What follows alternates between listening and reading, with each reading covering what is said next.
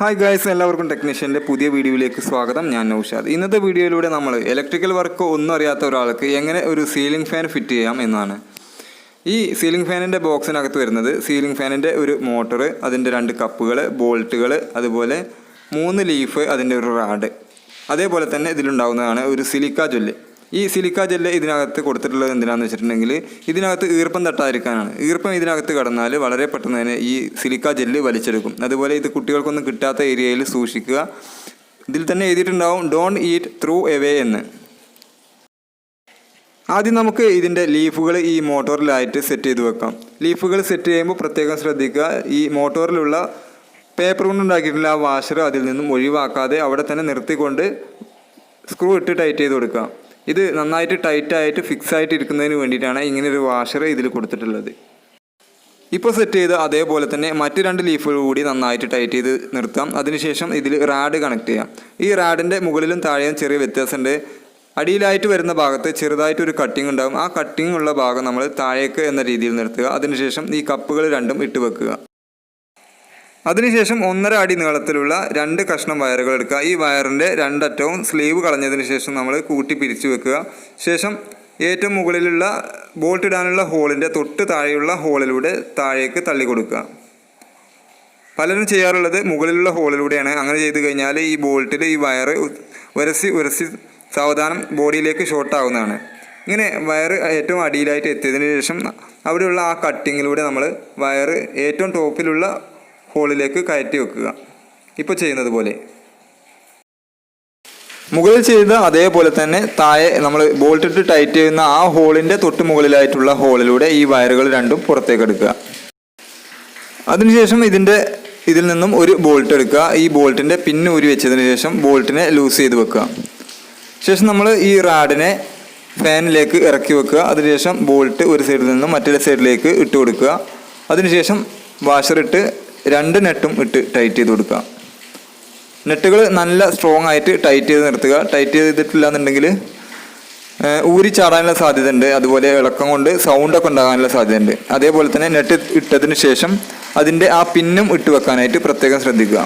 പിന്നിടൽ മസ്റ്റായിട്ടും എല്ലാവരും നിർബന്ധമായിട്ട് ചെയ്യണം. ഇല്ലാന്നുണ്ടെങ്കിൽ ഫാന് ഊരി ചാടാനുള്ള സാധ്യത ഉണ്ട്.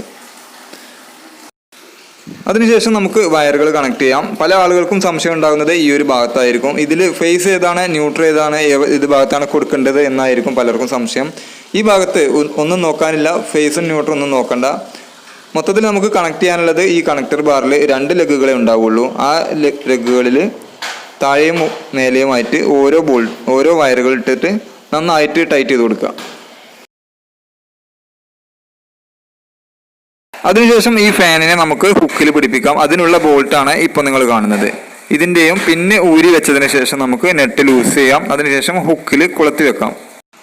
സീലിങ്ങിലുള്ള ഹുക്ക് താഴേക്ക് ഇറങ്ങിയാണ് നിൽക്കുന്നതെന്നുണ്ടെങ്കിൽ നമ്മൾ ജസ്റ്റ് ഇതിലൂടെ കൊളുത്തി ഈ ഒരു ബോൾട്ടിനെ അതിൽ വെച്ചാൽ മതി. ഇപ്പോൾ കാണുന്നത് പോലെ ഇതിപ്പോൾ ആ സീലിങ്ങിലേക്ക് മുകളിലേക്ക് കയറിയാണ് നിൽക്കുന്നത്. അപ്പോൾ ആ റബ്ബർ ബുഷ് ഇട്ടിട്ടുള്ള ആ ഒരു ബോൾട്ട് കൂടി നമ്മൾ ലൂസ് ചെയ്ത് നിർത്തുക. അതിനുശേഷം റബ്ബർ ബുഷിനെ അതിൽ വെക്കുക. ഇങ്ങനെ കയറ്റി വെച്ചതിന് ശേഷം നമ്മൾ ഇതിൻ്റെ ക്ലാമ്പിലെ ഒരു പ്ലേറ്റും ഒരു ബോൾട്ടും ഒരു സൈഡിൽ നിന്നും മറ്റൊരു സൈഡിലേക്ക് എന്ന രീതിയിൽ തള്ളി വെക്കുക. അതിനുശേഷം മറ്റേ പ്ലേറ്റ് കൂടി ഇട്ടിട്ട് ആ ബോൾട്ടിനെ ടൈറ്റ് ചെയ്ത് കൊടുക്കുക നെട്ടിട്ടിട്ട്. ഇങ്ങനെ നെട്ടിട്ട് വെച്ചതിന് ശേഷം നമ്മൾ സ്പാനർ കൊണ്ട് ടൈറ്റ് ചെയ്യുക. അതിനുശേഷം ഒരു പിന്നിട്ട് കൊടുക്കുക. അതിൽ നിന്നും ഊരി വെച്ച അതേ പിന്ന് തന്നെ അതിലിട്ട് കൊടുക്കുക. അതിനുശേഷം നമുക്ക് ഫാനിനെ ആ ക്ലാമ്പിലേക്ക് കണക്ട് ചെയ്യാം. ക്ലാമ്പിലുള്ള ഹോളും ഫാനിൻ്റെ റാഡിലുള്ള ഹോളും ഒരേ ലെവലിൽ വരുന്ന രീതിയിൽ വെച്ചിട്ട് ഒരു സൈഡിൽ നിന്നും മറ്റൊരു സൈഡിലേക്ക് ഈ ബോൾട്ടിനെ തള്ളി കഴിഞ്ഞാൽ നമുക്ക് ഇതേപോലെ വെക്കാവുന്നതാണ്. അതിനുശേഷം അതിൻ്റെ വാഷറും നെട്ടും ഇട്ടതിന് ശേഷം സ്പാനർ കൊണ്ട് നന്നായിട്ട് ടൈറ്റ് ചെയ്ത് കൊടുക്കുക. അതേപോലെ തന്നെ അതിൽ നിന്നും ഊരി വെച്ച ആ പിന്നുകളും മറക്കാതെ ഇട്ട് വെക്കാനായിട്ട് ശ്രദ്ധിക്കുക.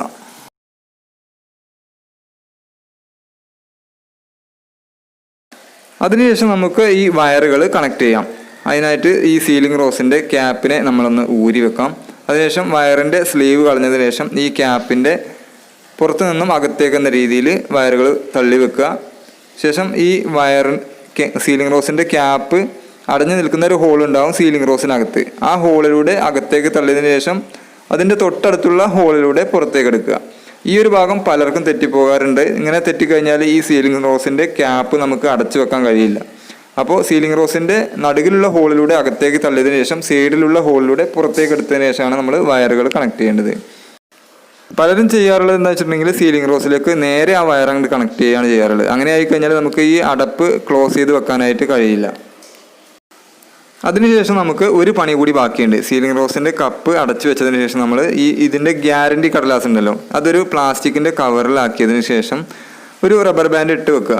എന്നിട്ട് ഈ സീലിംഗ് ഫാനിൻ്റെ മുകളിലുള്ള കപ്പിൻ്റെ അകത്തേക്ക് കയറ്റി വെക്കുകയാണെന്നുണ്ടെങ്കിൽ സീലിംഗ് ഫാൻ കംപ്ലൈൻ്റ് ആയി കഴിഞ്ഞാലും നമ്മളത് അഴിച്ചെടുക്കുന്ന സമയത്ത് അതിൻ്റെ ഗ്യാരണ്ടി കടലാസ് തപ്പി നടക്കേണ്ടി വരില്ല, അത് അവിടെ തന്നെ ഉണ്ടാവും. അതിനുശേഷം ഇതിൻ്റെ ബോൾട്ടുകളെല്ലാം നന്നായിട്ട് ടൈറ്റ് ചെയ്തിട്ടില്ലെന്ന് ഒന്നുകൂടി ചെക്ക് ചെയ്ത് നോക്കാം. അതുപോലെ തന്നെ അതിൻ്റെ പിന്നുകളും ഇട്ടിട്ടില്ലെന്ന് ചെക്ക് ചെയ്യാം. ശേഷം മുകളിലുള്ള ക്യാപ്പ് മുകളിലേക്ക് വെച്ച് അതിൻ്റെ സ്ക്രൂ ടൈറ്റ് ചെയ്യാം. അതിനുശേഷം അടിയിലുള്ള ക്യാപ്പ് ഈ ബോഡിയിൽ ടൈറ്റായി നിൽക്കുന്നുണ്ടോ അതുപോലെ ടച്ചായി നിൽക്കുന്നുണ്ടോ എന്ന് നോക്കാം. അതിനുശേഷം നമുക്ക് സ്വിച്ച് ഓൺ ചെയ്ത് ചെക്ക് ചെയ്ത് നോക്കാം. ഇതുപോലെ എല്ലാവർക്കും ഉപകാരപ്രദമാകുന്ന വീഡിയോകളാണ് നമ്മുടെ ചാനലിലൂടെ അപ്ലോഡ് ചെയ്യാറുള്ളത്. അപ്പോൾ ഇതുവരെ ചാനൽ സബ്സ്ക്രൈബ് ചെയ്യാത്തവരുണ്ടെങ്കിൽ ഇപ്പോൾ തന്നെ ഒന്ന് സബ്സ്ക്രൈബ് ചെയ്യുക.